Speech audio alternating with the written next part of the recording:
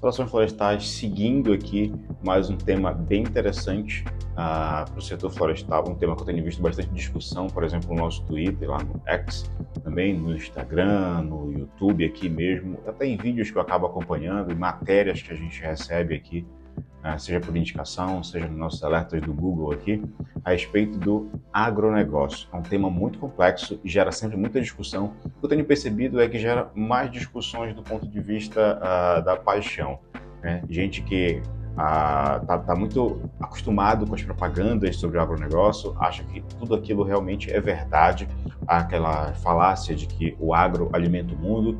Também tem o outro pessoal do outro lado que diz que o agronegócio tem que acabar, sabe? Tem que entregar tudo, tem que ter uma revolução, tem que realmente acabar com as empresas.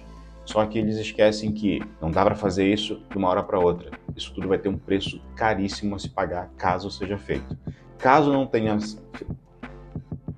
No entanto, caso não seja feito um controle também, uma fiscalização em cima das empresas, deixar o dito mercado se autorregular, a gente vai ter problemas sérios também. Então a gente vai tentar entender nesse vídeo aqui, claro que isso é só um recorte, mas a gente pode tentar entender um pouco sobre se o agronegócio de fato é tudo isso, se o agronegócio é pop ou não é. A gente precisa entender se tem que realmente acabar com as empresas ou se realmente tem que deixar o mercado se regular ou se tem um caminho aí pelo meio que dá para a gente ter progresso com sustentabilidade. Dá para conservar, dá para preservar o que a gente ainda tem de meio ambiente aí para ser utilizado. Dá para a gente ainda fazer a conservação ainda de uma forma muito mais efetiva, sabe? Utilizando com sustentabilidade, botando de fato o ESG na prática. Inclusive, foi o último vídeo aqui do canal falando sobre ESG, Environmental, Social and Governance, tá? Então, clica no link aqui em cima ou na descrição do vídeo. Eu vou deixar esse vídeo eu vou deixar o link desse vídeo sobre a ESG, que é bem interessante para complementar o que a gente vai ver aqui nesse vídeo, beleza? Esse vídeo é do canal Politize, então daqui a pouco eu vou deixar o link aqui também na descrição do vídeo para vocês verem aí, ok? Se tiverem perguntas, manda aqui, coloca aí embaixo, a gente troca uma ideia bem bacana depois, tá? Troca uma ideia no chat aqui, a gente vai pergunta, qualquer tipo de dúvida, vai colocando aí, tá? Depois eu coloco uma versão mastigadinha aí lá no nosso canal no YouTube e faço os cortes aí para as outras redes sociais, beleza? Mas vamos pro assunto aqui, tá? Link na descrição do vídeo e das matérias que a gente for abordar aqui para complementar o vídeo, beleza? Vamos lá. Pipoca, polenta, cuscuz, bolo, broa, canjica, farinha. O milho é um dos alimentos mais presentes na mesa dos brasileiros. Em 2022, o agronegócio produziu aproximadamente 111,2 milhões de toneladas só de milho. Com toda essa quantidade, daria para encher mais de 50 bilhões de garrafas PET, ou até alimentar a cidade de São Paulo por mais de 11 mil dias. Mas não é só de milho que vive o agro. No último ano, foram produzidas mais de 135 milhões de toneladas de soja, o suficiente para encher cerca de 4 milhões de contêineres. Lembrando que aqui nesse momento, quando está falando de milho, dessas toneladas de milho, de soja, a gente tem que observar isso não como alimento para as pessoas, tá? Para o pessoal já que já começa, o agro brasileiro é o que alimenta o mundo. Isso daqui não é alimento, isso são commodities. Então isso tem que ser observado como ativo nessa visão aqui, quando a gente fala de negócio, porque o agronegócio em 2022, 2021, teve a participação de 27% no nosso PIB, então tem que olhar isso como commodity e todos os desenrolares que o fato de ser commodity vai trazer, né? Que tem que ser dividido, isso vai variar de acordo com o mercado, se tiver uma super oferta, o que é feito para fazer esse controle aí? Caso não falhe aqui, a gente vai comentando ao longo do vídeo aqui, o que é feito para fazer esse controle de preços aqui de commodities, se realmente tudo isso vai para alimentação, vai virar outros produtos aí, vamos entender. Só que dessas 135 milhões de toneladas de soja, apenas 25% ficaram no Brasil, enquanto os outros 75% foram exportados para diferentes países. A realidade é que a maior parte do que é gerado pelo agro não é destinado para o consumo interno e tem o seu passaporte carimbado para fora. Mas afinal, se o agro é tão importante como dizem por aí, por que ele não chega na sua mesa? Esse é uma outra parte da discussão que com certeza tem que ser levada em consideração. Afinal, é o agronegócio que alimenta o Brasil, de fato, né? E quando a gente fala de agronegócio, uma outra visão não é só as grandes empresas do agronegócio. toda a cadeia produtiva faz parte do agronegócio, desde o pequeno produtor até o produtor de agricultura familiar, quem produz a linha através de agrofloresta, o próprio MST, que querendo ou não, produz também, de certa forma. Não entra na discussão aqui, tá? Assim, mas o quilo do arroz aí das mega empresas do agronegócio custa R$5 e o do MST é 15. E a gente pode ter um bom debate sobre isso, justamente por que o produto do MST é mais caro, por que o produto da agrofloresta é um pouco mais caro se comparado ao que é produzido em larga escala por mega conglomerados. Tá? A gente pode discutir aí sobre o tipo de maquinário, o tipo de insumo que é utilizado, o volume de insumo, os incentivos fiscais que são cedidos para cada parcela aí desses componentes do agronegócio, dessas partes que compõem o agronegócio de maneira geral. Tá? É uma discussão grande que vale muito a pena. Tá? Eu sei que tem muita gente que tem raiva do MST, eu particularmente não concordo com tudo, mas o que não dá para dizer é que não é um movimento legítimo, sabe? Que tem uma causa legítima. É claro que a gente pode discordar das formas que muitos deles utilizam, tá? Para alcançar esses objetivos, mas isso fica para um outro vídeo, para uma outra conversa aí. O agronegócio pode ser definido como uma cadeia de produção ligada a um conjunto de atividades agrícolas, englobando processos de produção, armazenamento, processamento e distribuição, indo do arame da cerca ao medicamento dos animais. No Brasil, o agronegócio foi introduzido junto com a Revolução Verde. Teve a modernização da agricultura. Alguns pesquisadores, como o Guilherme Delgado, fala que é uma modernização conservadora, onde há modernização técnica e produtiva, mas não há redistribuição de terras. O agronegócio no Brasil é um dos mais competitivos do mundo. Isso não tem o que negar. O agronegócio brasileiro ele realmente é muito competitivo. O Brasil, na verdade, inclusive para muitos especialistas em geopolítica, o Brasil ele funciona como uma grande fazenda, na verdade, para o mundo, para a porção norte do planeta. Né? Então, a gente é como se fosse um grande quintal, uma grande fazenda para essa parte do mundo. Compete e até bate no agronegócio dos Estados Unidos, mas ainda não tem os vínculos com a cadeia industrial. Ele envolve um modelo de produção específico, que é extensivo e predominantemente monocultor, ou seja, se produz em larga escala. Isso é histórico no nosso país, né? A gente já tem desde a colonização aí, por exemplo, tem vídeo inclusive aqui no canal falando sobre isso, sobre algo que era utilizado, que é através da monocultura, com uma mão de obra barata, que é o plantation, tá? Tem vídeo aqui falando, tem matéria lá no site. Se quiser saber, é só ir lá, www.florestalbrasil.com. Mesmo tipo de produto. E por isso que quando a gente pensa no agro, logo pensamos em imagens como essas, de grandes campos sendo cultivados por grandes tratores. Isso não é à toa. O mundo da produção do agronegócio está diretamente ligado ao perfil do que é produzido. E aí entra uma coisa que ninguém se conta. O agro ele não produz comida, ele produz commodity. A palavra commodities poderia ser facilmente traduzida para o português como mercadorias. Isso é bem interessante, como eu falei no começo. A gente não está falando de comida, apesar de ser algo que é produzido em fazendas. A própria carne, o próprio trigo, os minerais que são utilizados, a madeira, por exemplo, a polpa de celulose, no caso aqui a soja, o milho, tudo isso são commodities e não simplesmente o produto que a gente acha que vai virar, sabe? Assim como a gente fala quando a gente está comercializando madeira da Amazônia, madeiras nativas, por exemplo, a gente não está comercializando aquilo para virar móvel para casa de brasileiros.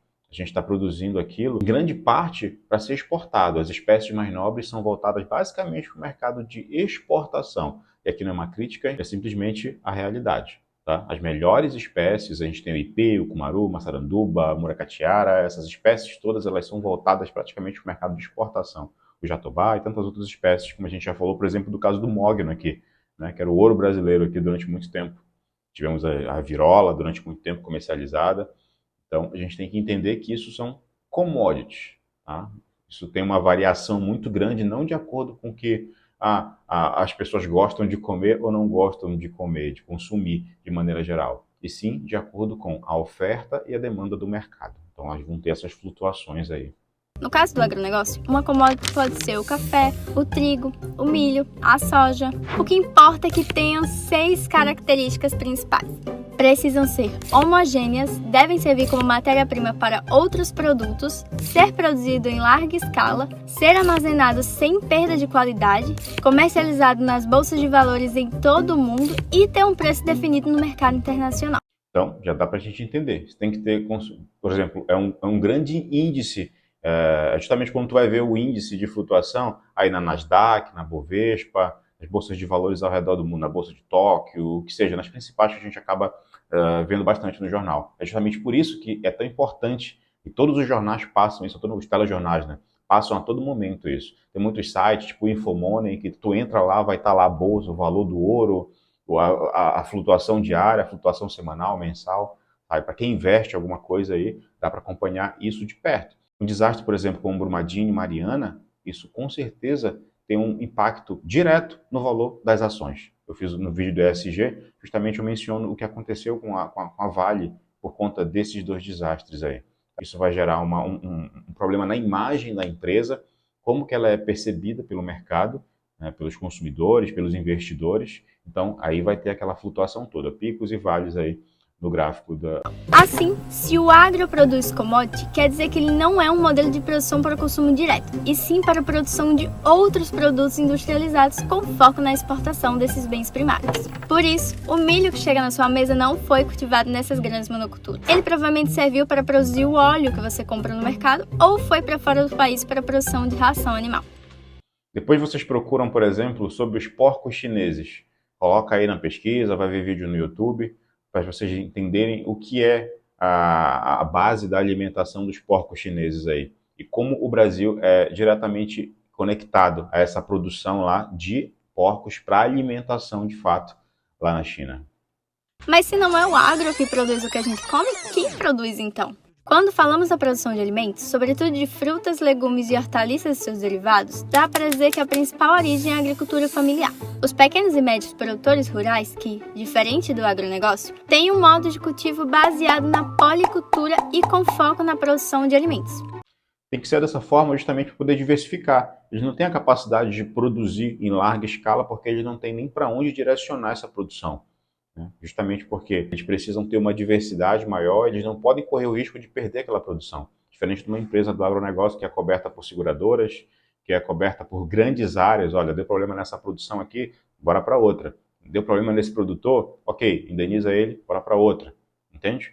Então tem toda essa causa e efeito, diferente do produtor rural. Ele precisa ser muito assertivo, então ele precisa diversificar aquilo. É por isso que, inclusive, muitos deles são adeptos da agrofloresta, dos quintais agroflorestais ou dos sistemas agroflorestais, dos ILPF, da vida também, justamente porque uma espécie acaba protegendo a outra, seja com sombreamento, seja com a ciclagem de nutrientes. Uma espécie aqui que eu produzo, por exemplo, a bananeira, quando derrubar aquela bananeira, vai voltar o potássio para a ciclagem de nutrientes aqui. Sabe? Nasceu umas embaúbas, eu vou deixar aqui porque depois ela deposita fósforo. Eu vou produzir um feijão, por exemplo, feijão calpi, que é muito comum aqui no Pará, na região do Salgado. Eu vou deixar esse feijão calpi crescer, depois eu vou triturar ele, fazer para compor a serrapilheira para ele devolver nitrogênio para o solo. Assim eu tenho NPK, por exemplo, sabe? Vou colocar um cacau porque ele vai fazer o sombreamento, vou colocar o paricá, né, o xilóbio aí. Então, eles precisam diversificar isso até para ter uma rentabilidade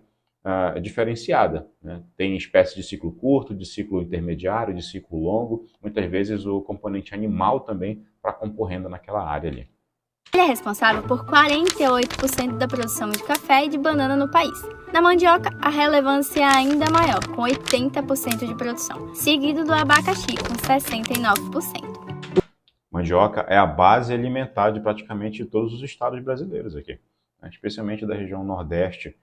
Então, eles produzem bastante isso, uma gama gigante aí de variedades de tubérculos aí de mandioca, macaxeira, aipim, o que seja, as variações desse tubérculo, justamente porque é a base alimentar. É o beiju, é a farinha, aqui no Pará, no Amazonas tem o tucupi, então tem a goma de tapioca, a fécula de mandioca, tem muitas coisas que justamente são baseadas nisso. E essa mandioca, quem é que produz? São os pequenos e médios produtores rurais.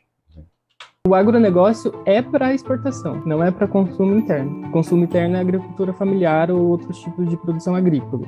Então, um contra do agronegócio é que toda a produção é comodificada, ou seja, não é uma produção que tem o seu consumo realizado no país que é produzido. Vocês já ouviram falar do supermercado fulano de tal, aqui no Paraná, no Pará, no Amazonas, ele recusou a compra de carne da JBS, por exemplo, por estar atrelada a desmatamento? Não. Quem faz essa pressão é o cliente, é o que está lá fora, é o europeu, principalmente agora que eles estão mudando a legislação. Saíram da EUTR, né, que justamente era a normativa que regulava basicamente produtos de base madeireira, aí, celulose e a madeira em si, e agora eles vão começar a regular várias commodities, café, cacau, milho, soja, a própria carne de gado, tudo aquilo que pode ter alguma relação com desmatamento. Então é eles que vão fazer essa regulação do nosso fornecimento de matéria-prima aqui, de commodity de maneira geral. Compreende? Então, justamente por quê? É mercado, é um produto, e não é o foco na alimentação. Então tem tudo que é atrelado, sabe? Então tem muita gente chateada com essa nova legislação, inclusive vai ter um vídeo aqui muito em breve para a gente tratar só dessas modificações. O que mudou da EUTR para a EUDR? É muito importante que você, especialmente tu que é técnico e trabalha com exportação, seja de produtos agrícolas, do mercado madeireiro de forma geral, setor de base florestal, é interessantíssimo que tu entendas quais foram essas modificações e o que isso vai impactar no nosso mercado. Ainda assim, os números do agronegócio impressionam. Só em 2021 ele foi responsável por mais de 27% do PIB brasileiro, tendo safras e rentabilidade recordes. No entanto, nessa conta entram aqueles produtos que giram em torno da cadeia produtiva, mas que não são produzidos diretamente pelo agro.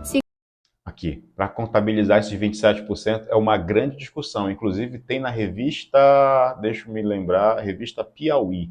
Eu até fiz aqui um apanhado de dados aqui. Isso saiu na revista Piauí, uma matéria justamente que coloca o que o agronegócio não publicita. Não lembro se é esse o nome de fato, mas trata justamente desses pontos. Para compor esses 27%, que é o que é publicitado, é muito bonito de ver esse número aqui, é um número volumoso, mas aí ele contabiliza da graxa para o trator ao parafuso e ao prego da cerca. Tudo isso é contabilizado, todo esse mercado que é movimentado justamente para poder produzir a cerca, para fazer a manutenção de maquinário, tudo isso é contabilizado como a fatia de mercado do agro. Então, tem muitos economistas, especialistas que não concordam com essa visão. O que é produzido pelo agro tem que ser contabilizado como produto e não toda a cadeia que é gerada. Entende? É como se eu colocasse, por exemplo, a fatia de mercado do mercado automobilístico brasileiro, eu colocasse, por exemplo, o rendimento das corridas de Uber. Ah, mas ele usa carro, então contabiliza. Compreende? Mais ou menos isso, hein? Segundo o cálculo do IBGE, se limitarmos o que é produzido ativamente, a sua participação real no PIB é inferior a 7%. Mas, apesar disso, o agro continua tendo certa importância. E é aí que entra uma palavra-chave nessa discussão: desenvolvimento. Isso é interessantíssimo. O agro continua tendo importância. Ele tem a sua importância. Não dá para acabar com o agro do dia para a noite. Entende? Imagina como é que vai ficar o mercado de música sertaneja sem um agronegócio aí. Acabou aquela ostentação do agronegócio, as feiras agropecuárias.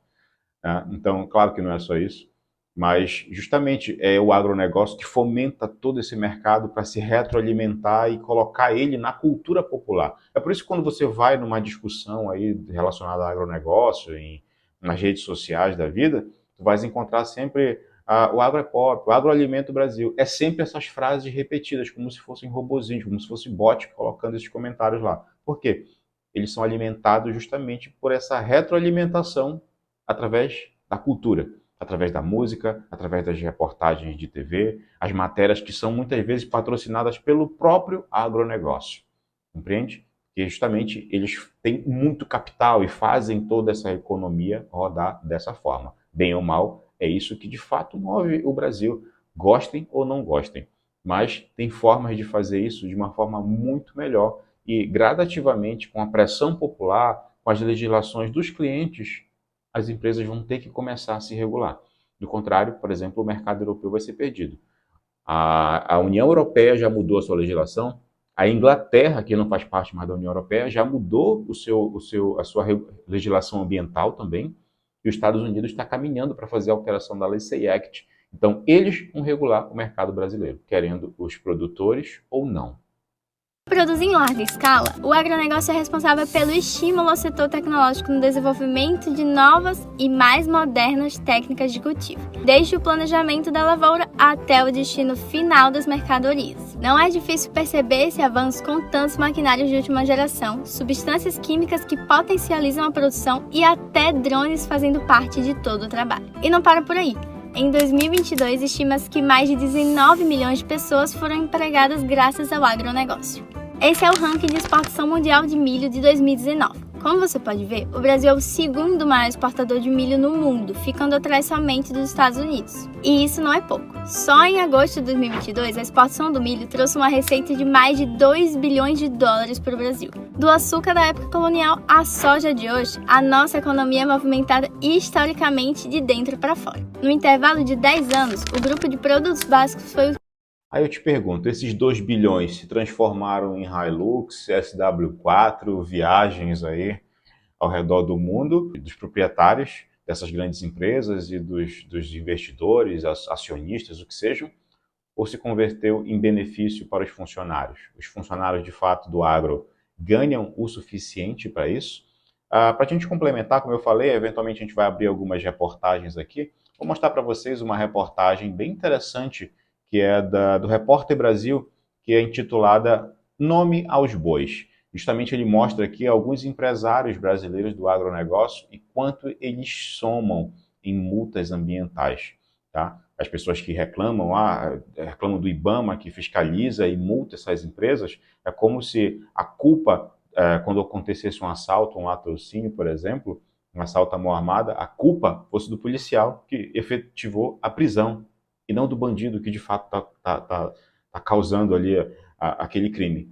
Compreende? É mais ou menos isso que acontece com o agronegócio, só que inverte as coisas. Eles vão fazer a fiscalização, efetuam muitas vezes a lavratura do auto de infração, no entanto, eles são criticados, né? Justamente porque tem uma máquina que coloca toda a população, a massa de maneira geral, a massa de manobra aí, contra esses fiscais, tá? Dizendo que eles estão atrapalhando o agronegócio brasileiro, o progresso brasileiro. Essa reportagem fez o levantamento de 10 pecuaristas que estão entre os maiores do país. Apenas um deles não tem problemas ambientais e trabalhistas, desses 10. E a gente vai ver do que isso trata, na verdade. Olha aqui, 9 dos 10 têm ao menos uma fazenda na Amazônia, no território da Amazônia Legal. 639 milhões somados em multas ambientais, que com certeza não foram pagas ainda. 1.400 quilômetros quadrados de áreas embargadas por desmatamento ilegal. 163 trabalhadores resgatados de trabalho escravo. E dos 10 gigantes pecuaristas, apenas um deles não tem problemas ambientais trabalhistas. Então tá aqui os nomes aos bois, justamente. Alguns deles, inclusive, são figurinhas bem conhecidas aí do mercado madeireiro também. Daniel Dantas, do grupo Opportunity Agro SB. Antiga Santa Bárbara Xinguara, tem 372 milhões em multas ambientais. Quem tiver interesse, é só clicar aqui, ó, dá uma clicadinha aqui que tu vai ver a matéria na íntegra. É bem interessante, vou deixar o link na descrição desse vídeo também. Aproveita para te inscrever no canal, assinar o sininho, ativar o sininho das notificações aqui para saber sempre que tiver vídeo novo aqui no canal, tá? A família Vilela de Queiroz, criação de gado em 4 estados da Amazônia Legal. Família Mage Schaeffer, 41 empregados resgatados em condição degradante. Família Quagliato, 85 trabalhadores resgatados de trabalho escravo com repercussão internacional.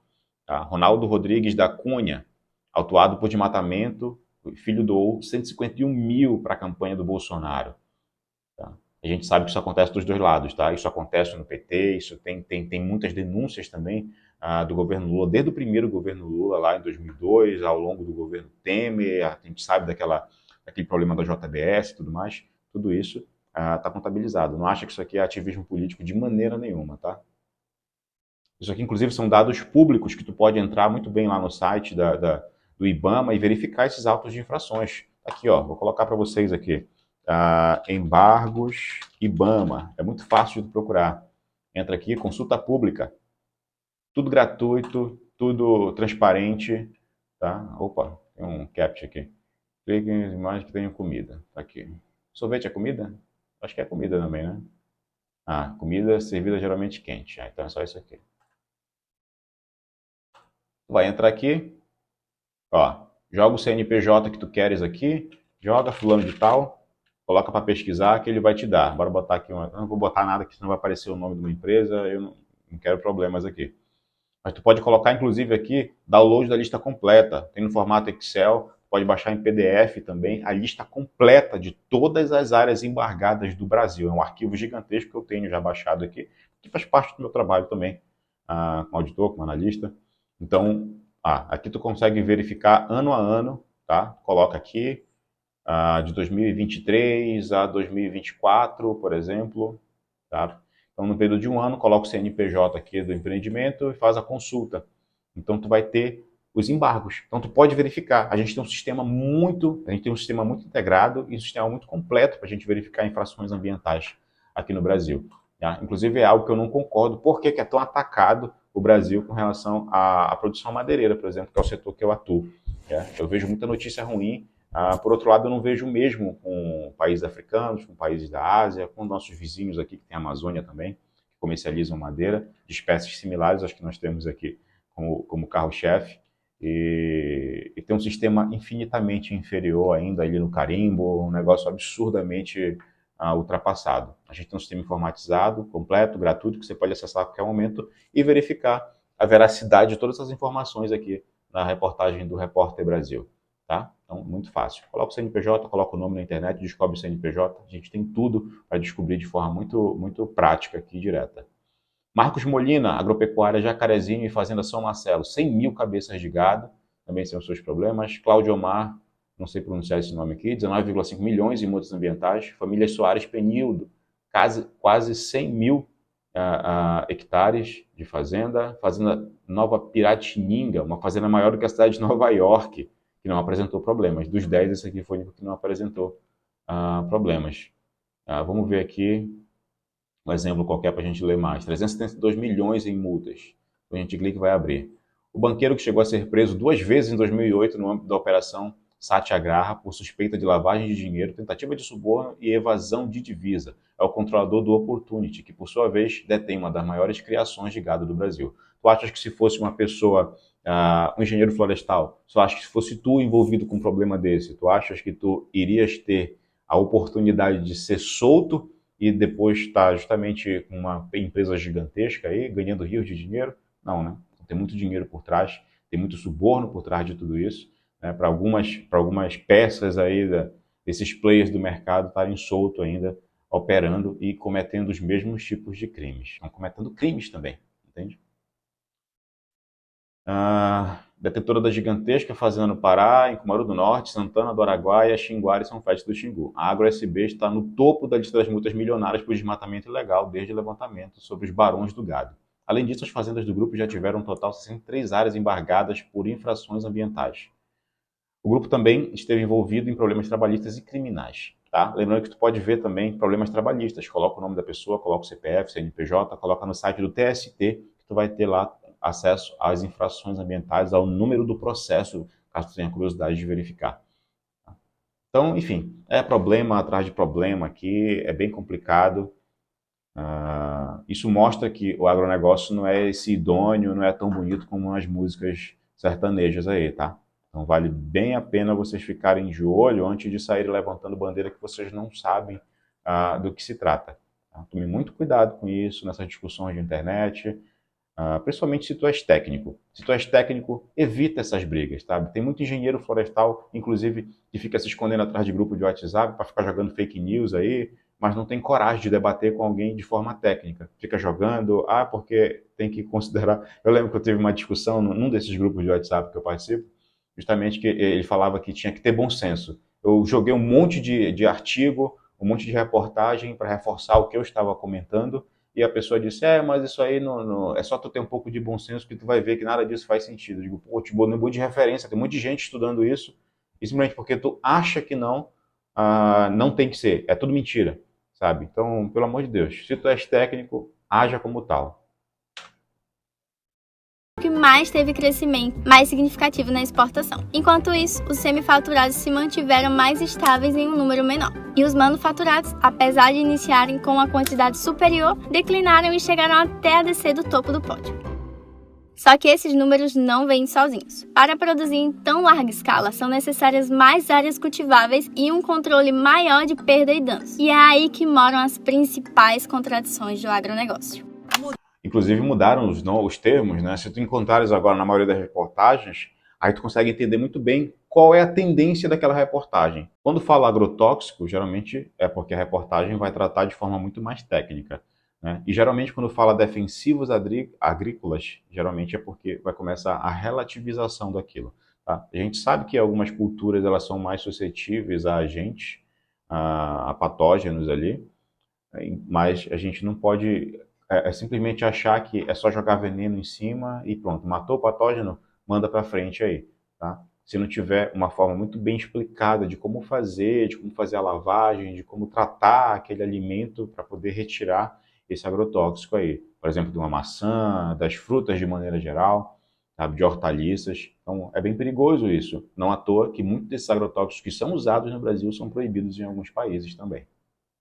O modelo de agricultura voltado para a exportação fez do Brasil o país que mais consome agrotóxicos no mundo. E os efeitos do uso exagerado nas lavouras chegam rapidamente às cidades. Os agrotóxicos são aquelas substâncias que mudam a composição da fauna e da flora local para prevenir situações como ataques de fungos e insetos que possam prejudicar o cultivo, a colheita e, consequentemente, a comercialização nessas lavouras. E ferra todo o equilíbrio ecológico daquele local também, né? Por exemplo, para matar um determinado inseto, por exemplo, para matar a joaninha, eu vou borrifar ali um determinado veneno, porque a joaninha está comendo determinada espécie que eu estou produzindo ali, é o meu cultivar. Mas, no entanto, eu estou matando abelha, eu estou matando lagarto, estou matando espécies de mariposa, espécies de abelha, outros insetos, entende? Então, eu estou acabando com toda aquela microfauna daquela região ali, sabe? Simplesmente porque eu quero erradicar uma praga em específico, sem eu procurar agente biológico, contratar um profissional habilitado justamente para me ajudar a tratar com esse agente de uma forma mais natural do que simplesmente sair jogando veneno em tudo. Mas o uso desses produtos muda o ecossistema onde ele é aplicado, podendo desequilibrar o funcionamento daquele ambiente. Não é de hoje que o consumo dos agrotóxicos é associado à contaminação de alimentos, da água e a doenças. Esse gráfico mostra que em 12 anos, o uso dessas substâncias aumentou em 288%, fazendo do Brasil o país que mais consome agrotóxicos no mundo. Isso são dados, tá? Não é bom senso, são dados, são estudos que foram feitos, levantamentos aqui, para poder tratar desse problema, tá? Não é negócio de bom senso não, tá? O modelo de grandes culturas é relacionado ainda com a expansão da fronteira agrícola e com o aumento do desmatamento. De acordo com esse relatório da ONU, 80% de todo desmatamento está ligado com essa conversão das terras. É preciso que a área seja desocupada para que as máquinas possam trabalhar. Mas, nesse movimento, muitas vezes áreas de florestas nativas são devastadas ilegalmente. É o que acontece no Pará, né? A famosa grilagem. Eles vão fazendo a queimada numa área aqui, que às vezes está legalizada, aí o fogo avança para cá, daqui a pouco essa fronteira já desloca para cá. Olha, aqui está sem mata, já desloca para cá um pouco, sabe? Aí depois, quando tu vai olhar lá no cadastro ambiental rural, tem um monte de área cheia de confluência, sabe? Confluências aí do tamanho de um bairro inteiro dentro da outra área, dentro de área que era para estar, por exemplo, uma terra da União ali. A grilagem de terras é facilitada e quem paga a conta é o meio ambiente. A Câmara dos Deputados aprovou o projeto de lei que flexibiliza o uso de agroquímicos no Brasil. Foram 301 votos a favor e 150 contrários. Está escrito agrotóxico, mas o cara não quer ler. Tem agroquímico lá, né? Para ficar mais... Não é tóxico, entendeu? É só um processo químico, natural. Falar do agronegócio é falar sobre escolhas políticas e econômicas. Mas é o presidente Jair Bolsonaro no comando do trator que puxa esse equipamento de plantio. A escolha de um projeto de país. Como eu falei, tá? Para com esse negócio de faz o L, faz a Armínia, faz o diabo que for. Isso não começou com o FHC, não começou sequer ali com o período da ditadura militar. Entende? Isso já vem de antes. Isso é um projeto de país mesmo, formado por... eu sei que as pessoas não gostam do termo, mas formado por uma burguesia, sabe? Eu não vou começar a falar de camponês aqui, de Lenin, de Stalin, não tem nada disso aqui. Mas de fato é isso, é uma burguesia que está lidando, que está dando as cartas aí. Não à toa que são famílias muito tradicionais, são famílias que estão aí desde as capitanias hereditárias, sendo detentoras de áreas gigantescas de terra. Entende? Procura buscar, procura esses sobrenomes, está aí na internet. Tem um sistema inacreditável aí para tu fazeres tua busca, em vez de ficar só falando bobagem aí, dizendo eu acho para tudo. É só buscar. Essa escolha não vem de hoje. Mas às vezes, com menos área e com mais tecnologia, nós conseguimos produzir, às vezes... O próprio Lula, o discurso não bate com a realidade. Discurso aqui que tem que alimentar as famílias e tudo mais, tem que ajudar o MST. O próprio MST ficou contra o Lula durante muito tempo, justamente porque ele não estava ajudando eles a trabalharem nas terras que eles já tinham conquistado, já tinham adquirido.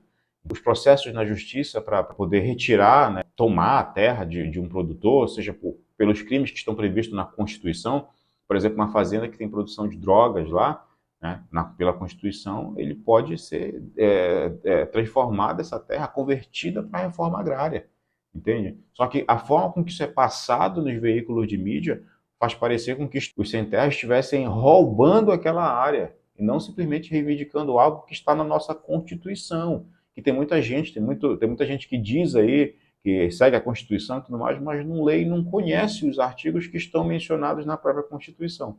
Senão, muitos desses argumentos aí contra esse movimento dos sem-terra cairia por terra, porque eles estão seguindo uma premissa que está prevista lá, né? Claro que quando a gente vê atos de vandalismo, sair destruindo laboratório de melhoramento genético, de animais reprodutores, como eu já vi acontecer aqui no Pará, eles saírem destruindo, quebrando tudo, matando novilho, isso é reprovável, na minha percepção, até porque aquelas áreas estão produzindo de certa forma, não são áreas improdutivas, né? E se for improdutiva, há quanto tempo essa área está improdutiva? Por que ela está improdutiva?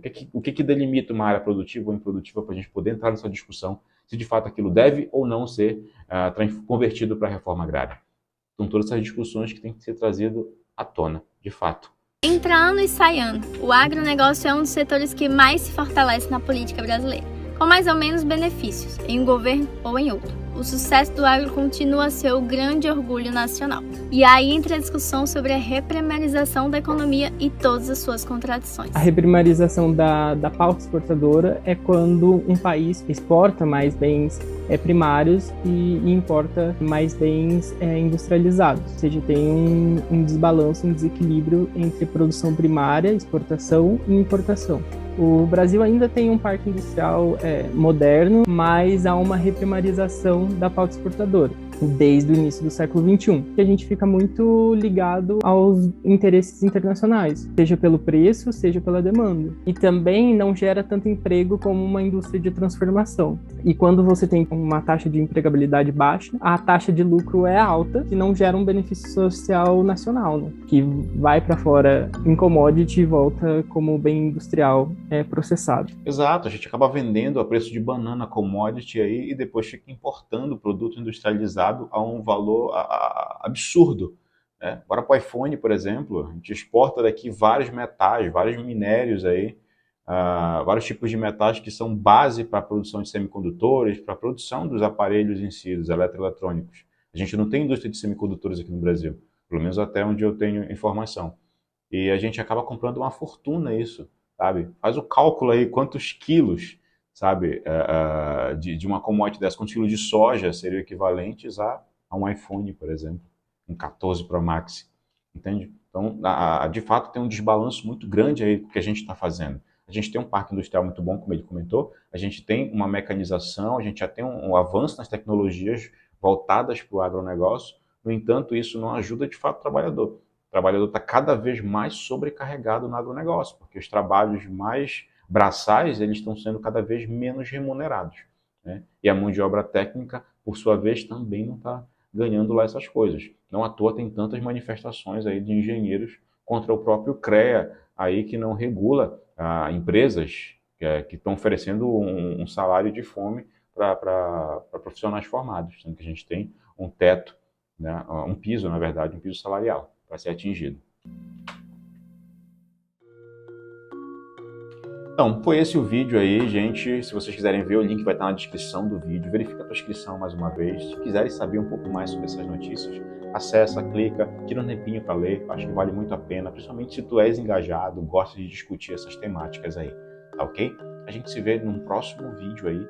Comenta aí embaixo o que tu acha do agronegócio. Ele de fato alimenta o Brasil? Ele de fato precisa de mudança? Tem que ter de fato essa revolução aí? Tem que tirar essas terras desses grandes proprietários aí? Comenta aí o que tu acha.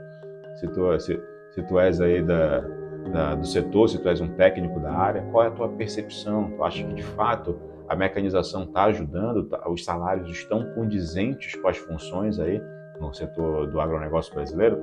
Comenta aí embaixo. A gente tem muito interesse em saber e discutir um pouco mais sobre isso, né? E não fazer um vídeo tão curto, por isso que eu achei muito mais interessante discutir dessa forma aqui no vídeo. Beleza? Se quiser saber um pouco mais, clica na playlist que eu vou deixar aqui e dá uma olhada nos nossos mini docs aí, com temas bem interessantes, como por exemplo a entrada do IP e do Cumaru na CITES, o que isso vai afetar no mercado de base florestal brasileiro, especialmente aqui pro lado da Amazônia. Beleza? Por agora eu fico por aqui e a gente se vê num outro vídeo, numa outra live aí. Um abraço, até a próxima. Valeu!